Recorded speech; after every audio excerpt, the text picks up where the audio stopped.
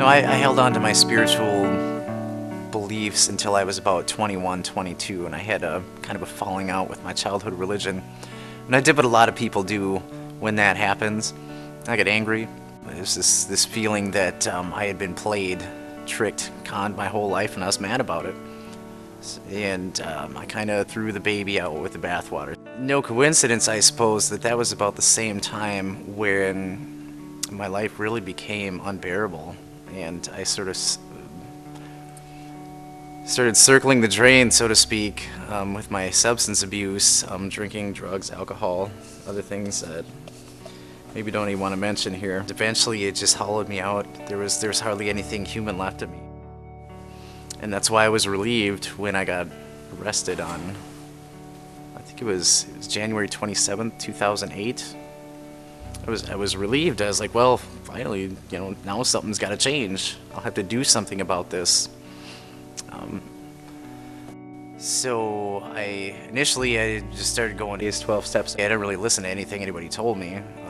I was just consumed with my fears and what was going to happen to me and what I was going to do today.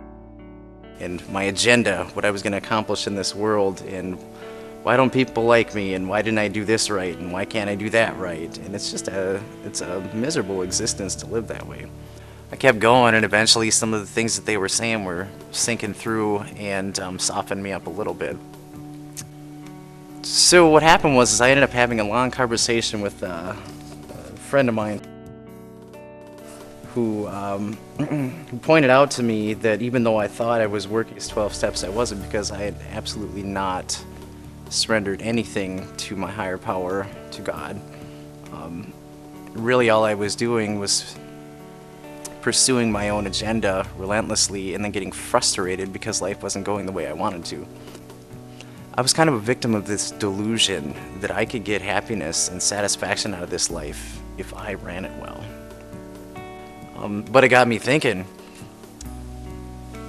what on earth do I want anyway? What is it that I'm trying to do? And the answer to that was I had no idea. And I sort of came to the realization that I didn't know what I wanted. I didn't know what was good for me. I frequently had the two confused. And my utter resistance to turning my life over to God made no sense, because I didn't even have anything to not turn over. I was just sort of meandering through life aimlessly, trying to make myself happy and sort of running over other people in the process. It became apparent to me that something more was needed than just not drinking and trying to do normal day-to-day life stuff. I needed God's help to restore me to sanity. And when I finally asked for it, when I finally got humble, He did. And He did that through instilling in me a spirit of service to my fellow beings and the courage to do the right thing, which I had previously did not have.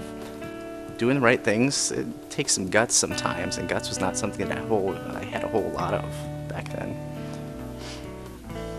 And, if I have any of those qualities now, they came from God.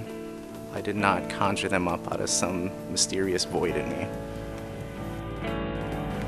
So I came in, I think it was February 2011. I looked around at all the families and the sense of community and the spirit of service, and sat down quietly in the back and listened, and I did not burst into flames. I didn't feel the need to burst out of the door in a fit of rage. I actually felt quite comfortable here.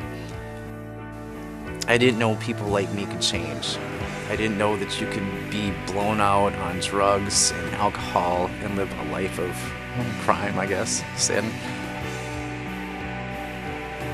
Now I have a front row seat to just story after story of change in people's life and finding meaning and purpose.